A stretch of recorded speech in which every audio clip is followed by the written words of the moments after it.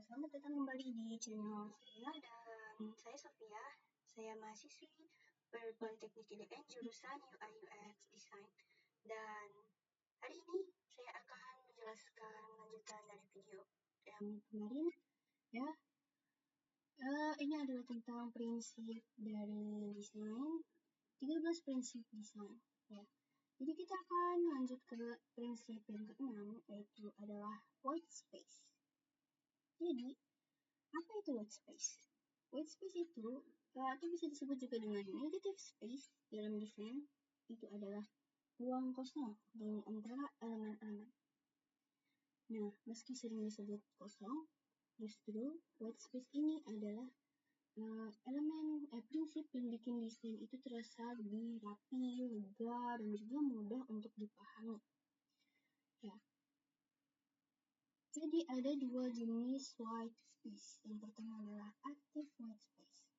Nah, active white space ini sengaja dibuat untuk memberikan fokus pada elemen tertentu. Yang kedua ada passive white space.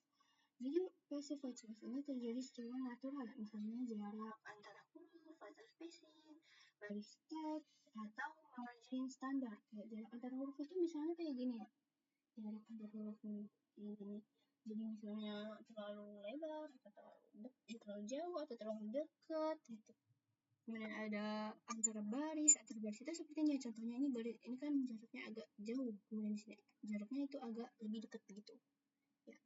Jadi ini kenapa lebih dekat dan ini lebih jauh? Karena ya kedua ini tuh masih berkaitan, sedangkan yang ini tuh masih berkaitan juga, cuman kayak nggak terlalu gitu loh. Ya. Jadi ini ada jarak gitu.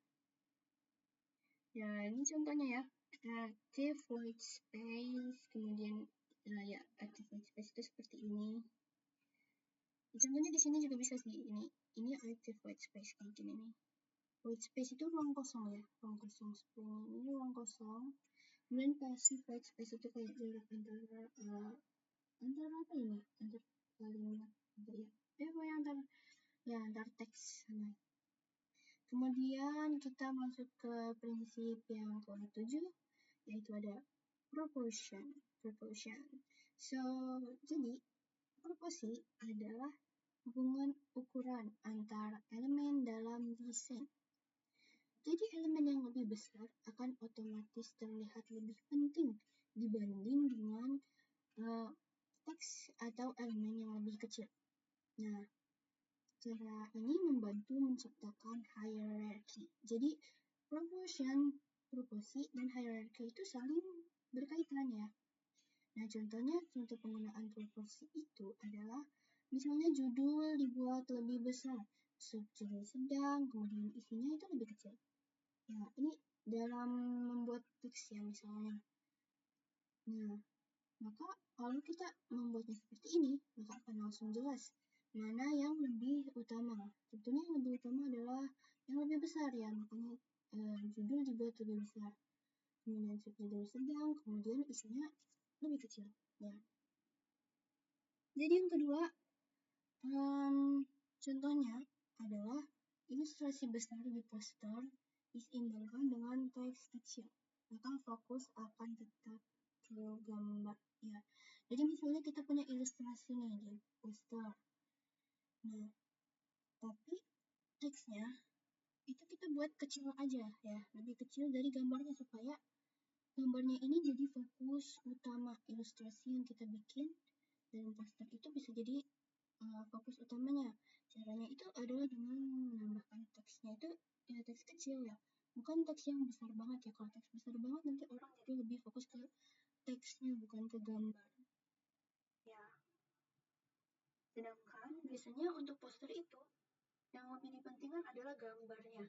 Ya, jadi makanya itu kenapa harus diseimbangkan ya antar ilustrasinya dan juga teksnya.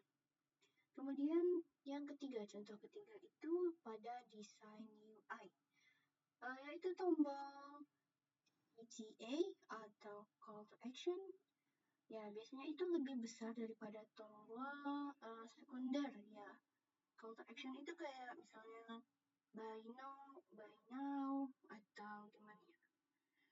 Ya, Ya mirip kayak gitu ya, biasanya itu binary atau register gitu. Register right now biasanya itu kayak harus dijadiin lebih gede gitu supaya kita bisa fokusnya itu langsung ke situ gitu. Nah, proportion itu bisa dalam size dan ukuran, kemudian bisa rasio juga, kemudian bisa dalam divisi juga. Ini divisi itu bagian-bagian, kemudian size itu ukuran, kemudian rasio itu kayak rasio dari ukuran ya, ukuran lebih ke ukuran gitu. Rasio ukuran kayak ada yang lebih besar, kemudian yang sedang, kemudian kecil, kemudian lebih kecil lagi gitu. Dan selanjutnya. Kemudian kita masuk ke prinsip yang ke-8.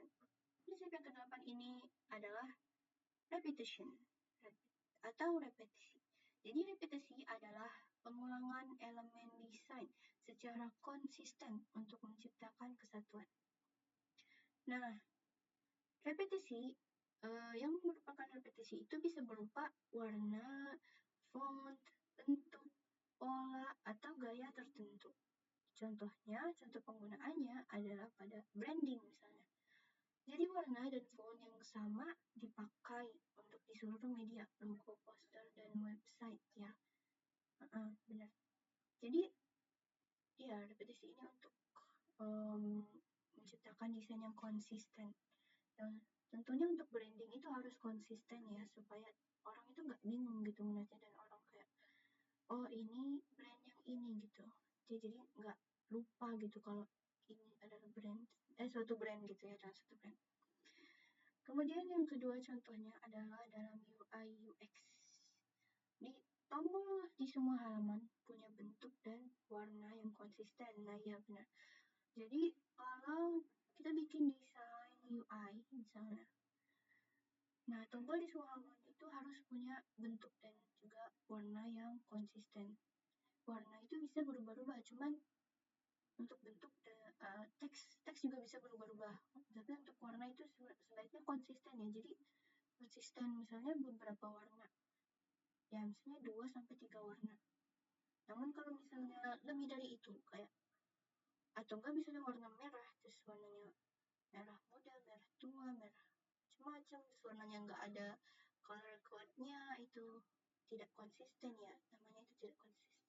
Jadi seharusnya itu konsisten ya, color code-nya itu juga konsisten, dan juga bentuknya untuk size-nya, ukuran, padding, begitu-begitu itu juga harus konsisten supaya menciptakan repetisi yang harmonis dan juga nyaman untuk dibaca atau dilihat oleh pengguna ya. Kemudian selanjutnya, contoh selanjutnya ada dalam poster.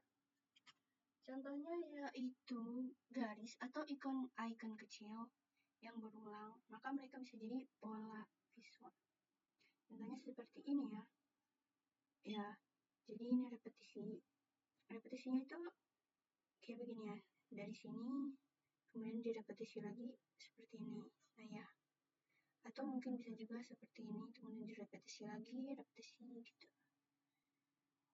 Ya, jadi berulang-ulang gitu. Ini bulat, kemudian kotak, bulat, kemudian kotak. Ya, seperti itu. Tahu bulat. Kemudian yang ke-9, prinsip yang ke-9 ada ritme. Jadi ritme atau ritme dalam desain adalah pola visual yang berulang secara teratur maupun bervariasi sehingga menciptakan aliran yang bisa mengarahkan mata audiens. Nah, dalam desain, ritme itu bikin visual terasa lebih dinamis, tidak kaku, dan juga mudah untuk diikuti. Contohnya di sini ada random, ritme yang random. Jadi itu nggak punya pattern, nggak punya pola tertentu, dan juga elemennya itu terletaknya itu kayak random gitu, contohnya seperti ini, random gitu. Nah, kemudian ini ada regular rhythm atau ritme yang regular. Ya, jadi ini tuh jaraknya itu sama, bentuknya itu sama, walaupun warnanya berbeda.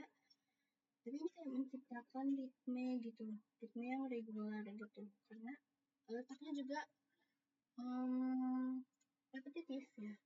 Ya pengulangan ini, regular rhythm itu kayak punya repetitif pattern pola yang berulang pink, di sini pink, nanda. Di sini coklat, kemudian sini biru. Ya, kemudian ada flowing rhythm. Ya, flowing rhythm itu atau ritme yang mengalir, ada apa? Ritme yang menciptakan kayak pergerakan dan fluidity dengan merepetisi atau mengulang kayak shapes atau bentuk-bentuk, pola, atau garis-garis. Ya, contohnya seperti ini. Kemudian ada progressive rhythm, ritme yang progresif. Jadi, progressive rhythm atau ritme yang progresif ini adalah ritme yang menambahkan kayak perubahan yang terlihat ya antara desain elemen untuk menunjukkan atau menonjolkan ya sebuah progresi. Contohnya seperti ini ya, ini kecil, kemudian sedang, kemudian ini lebih besar, kemudian ini kecil, sedang, besar. Seperti itu. Kemudian kita masuk ke prinsip yang ke-10, yaitu prinsip movement. Jadi movement dalam desain adalah arah pandangan mata ketika melihat sebuah karya visual. Nah, desainer itu sengaja mengatur bagaimana mata audiens bergerak dari satu elemen ke elemen lain, sehingga pesan itu bisa tersampaikan dengan urutan yang tepat. Gitu. Nah, fungsinya ini untuk mengarahkan fokus, menciptakan alur cerita, dan juga membuat desain terasa lebih hidup. Ya. Contohnya di sini ya, movement seperti ini. Kemudian yang ke-11, prinsip yang ke-11 ada emphasis. Jadi emphasis atau emphasis ya adalah cara membuat elemen tertentu lebih menonjol dibandingkan elemen lainnya. Nah, sehingga audiens tahu mana yang paling penting. Contoh cara untuk menciptakan emphasis adalah dengan misalnya mengemfasiskan ukuran, yaitu judulnya itu lebih besar daripada isi, kemudian menciptakan warna kontras, misalnya menciptakan warna tombol merah di background yang putih, kemudian juga menggunakan bentuk unik seperti lingkaran di antara kotak-kotak yang banyak, kemudian juga dengan posisi yang strategis, yaitu dengan elemen yang paling penting itu ada di tengah layout. Nah, ini contohnya ya, di tengah kotak-kotak hitam yang beraturan, di sini ada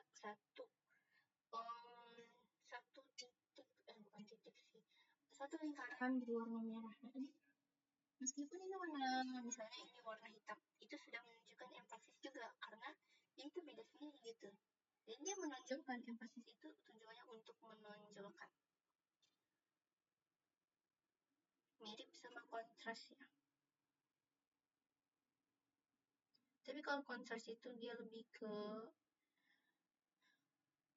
menonjolkan kayak warna gitu.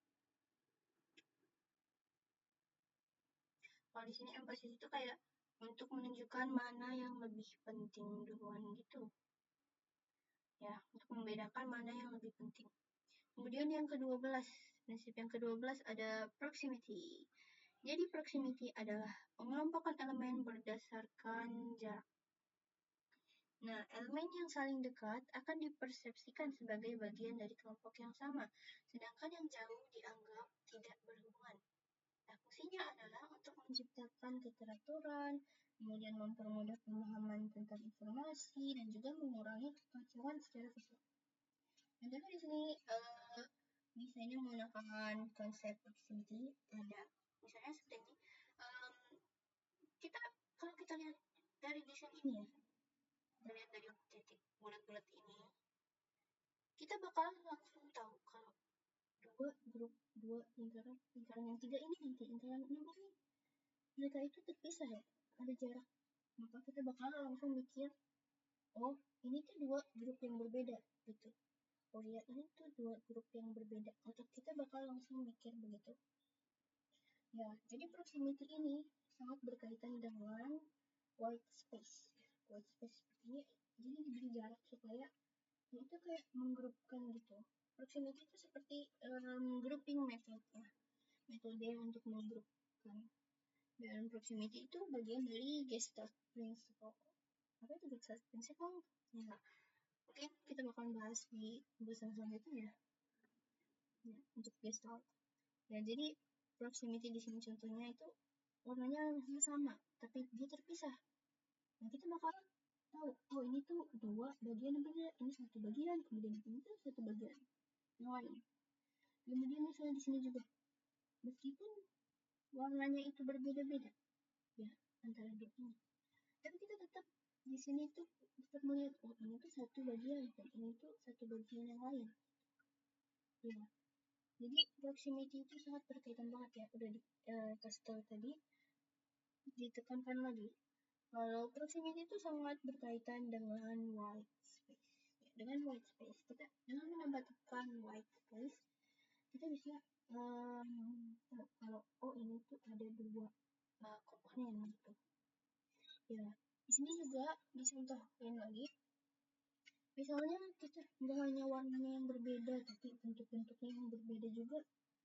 Nah, kita tetap melihat ini kayak satu, oh ini satu dan ini satu yang lain gitu. Oh iya, ini tuh dua elemen yang berbeda gitu. Itu mempunyai fungsi yang berbeda gitu ya. Jadi walaupun misalnya warnanya sama atau warnanya beda atau malah bentuknya juga beda, itu tetap kita bakal melihat ini tuh kayak oh dua ini tuh ada dua elemen gitu, dua grup gitu. Bukan cuma oh ini satu grup, enggak kayak gitu. Tapi karena ada jarak ya, kita bakal melihat ini kayak oh ini tuh dua gitu. Ya ini contohnya ya, ada jarak, nah kita bakal melihat ini satu, kemudian juga satu bagian, kemudian ini juga satu bagian. Ya, kemudian ini selanjutnya, ini contohnya bakal aku jelasin. Di sini tuh, ya untuk memakai proximity. Jadi misalnya sini tuh kayak reference 9.0 and Kingdom Exploits ya. So, jadi ini kayak lebih ke ini ya, logo-logo gitu. Ya ditempatkan di atas dan saling berdekatan ya. Proximity itu kayak lebih ke metode grouping dan juga diri itu harus ini ya. Kalau grouping itu untuk aturannya itu untuk yang penting atau yang memiliki peran atau fungsi yang sama mirip gitu. Nah, mereka itu harus didekatkan, harus ditempatkan berdekatan. Contohnya seperti ini nih. Mereka itu ditempatkan berdekatan dan juga ada jarak dengan elemen yang lainnya. Contohnya ini di sini ya, ada tanggal. Jadi tanggal dan juga waktu ini tuh harus didekatkan ya, deketin dan juga dikasih jaraknya itu harus sama. Ya. Nah misalnya kita pindahin ini nih, Sunday, April 7th, 2021, ini kita pindahin ke sini, tapi time-nya tetap di sini. Itu. Jadi kita ngeliatnya itu kayak berantakan gitu. Nah itulah kenapa kita harus grouping dua ini, karena mereka itu masih saling berkaitan. Dan juga kalau misalnya orang yang melihat poster ini, itu mereka pasti langsung nyari, oh mana tanggal dan juga mana waktunya. Jadi nggak mungkin kan kalau misalnya waktu itu dipindahin ke sesuatu yang jauh gitu, dipisahin dari tanggal. Nah di sini ada venue atau tempat. Ini juga didekatkan karena ini tuh masih berkaitan ya, saling berkaitan. Waktu dan tempat itu saling berkaitan, jadi mereka itu harus di-grouping atau didekatkan ya. Jadi ini tuh satu elemen berbeda dengan elemen berbeda lainnya, tapi mereka tetap berkaitan. Kemudian di sini ada proximity bad example. Ya, bad example-nya itu seperti ini ya, dia kayak nggak ada bagian-bagian gitu, langsung aja account type, first name, middle name, last name, kemudian langsung dicampur sama date of birth, city, home phone, and ya yang lainnya juga. Nah ya, kemudian di sini ada good example-nya. Good example-nya itu misalnya seperti ini ya, ini itu udah dibagi-bagi gitu loh, kayak nama aplikasi ini tuh kayak buat melamar kerja ya. Jadi ini misalnya orang yang ingin melamar kerja, jadi informasi dari orang itu, jadi namanya, kemudian nomor bagian itu sendiri, bagian edukasi, ya. Kemudian sini ada juga bagian referensi, ya. Seperti itu. Jadi ini lebih di grouping gitu. Jadi ini ada informasi dari orang yang melamar, kemudian ada informasi pendidikan dia, kemudian ada referensi gitu. Jadi ini lebih enak untuk dibaca. Jadi ini tuh memakai prinsip proximity. Untuk keduanya ada juga seperti ini nih. Di sini ada personal information udah di grouping sendiri, terus kemudian ada educational information juga dipisahin sendiri nih, ada kotaknya seperti ini. Kemudian ada previous employment information juga di grouping tersendiri. Jadi beda dengan yang ini tuh dicampur semua, sedangkan yang ini tuh di grouping. Dan kita bakal lebih enak melihat gimana. Tentunya kita bakal lebih enak melihat yang ini ya, karena udah di grouping gitu. Jadi kita nggak bingung gitu pas lihat mana ya tadi gitu informasi tentang education di sini gitu. Jadi lebih enak untuk melihat. Kemudian prinsip yang terakhir pada Unity, prinsip ke-13.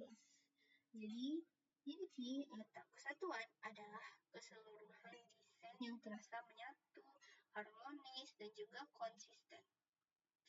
Nah, semua elemen itu mendukung pesan yang sama, tidak terasa acak atau bertabrakan. Cara untuk menciptakan Unity adalah yang pertama dengan konsistensi gaya, yaitu konsistensi warna, font, icon, atau menggunakan ilustrasi yang senada. Kemudian yang kedua, cara untuk menciptakan Unity adalah dengan menggunakan repetisi atau pengulangan elemen secara berulang untuk menyatukan desain. Kemudian yang ketiga ada alignment dan white space untuk keteraturan. Dan yang terakhir ada tema visual yang konsisten. Misalnya temanya itu minimalis, tema retro, atau modern. Ini misalnya Unity ya, Unity. Nah ini tuh nggak Unity karena dia itu beda-beda ya. Sini itu ada bulat, kemudian ada kotak, tapi di sini tuh ada kayak kotak, tapi ini spacing corner roundingnya juga dia nggak sama gitu. Nah, sedangkan yang ini tuh terasa lebih rapi karena dia memakai prinsip Unity. Ya, jadi ya Unity itu untuk agar desain itu terasa lebih rapi.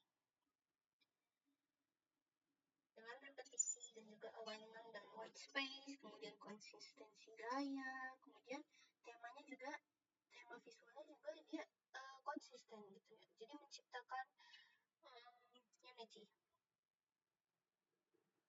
Nah, jadi ketika kita memahami 13 prinsip desain ini, mulai dari balance, contrast, hingga Unity, kita sebenarnya sedang mempelajari bahasa visual yang membantu menyampaikan pesan dengan lebih jelas dan efektif. Jadi desain itu bukan hanya soal kayak indah dipandang, enak dipandang, cantik, estetik, bukan. Tapi juga bagaimana setiap elemen itu bisa bekerja sama untuk membangun pengalaman yang bermakna. Maksudnya itu bagaimana desain ini bisa terlihat rapi, jelas, tetap indah, ya, dan juga kayak nggak berantakan gitu, lebih kayak teratur gitu ya. Kemudian ya prinsip-prinsip ini tuh bukan aturan kaku. Jadi bisa misalnya kita pakai prinsipnya nggak semuanya misalnya ya, itu bisa. Kemudian melainkan fondasi yang bisa kita gunakan secara fleksibel ya. Jadi semakin sering dipraktikkan, maka semakin terasa alami saat membuat karya. Dan pada akhirnya desain terbaik adalah desain yang mampu berbicara banyak tanpa harus punya banyak kata, ya.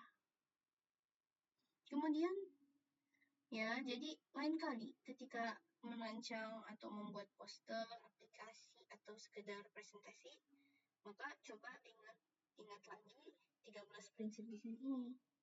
Ya, mungkin disitulah letak perbedaan antara desain yang kayak hanya enak dilihat dan juga desain yang benar-benar profesional dan bekerja dan juga rapi dan lebih enak untuk dilihat ya secara UX-nya. Ya, jadi mungkin itu aja yang bisa aku sampaikan. Ya, terima kasih sudah menonton.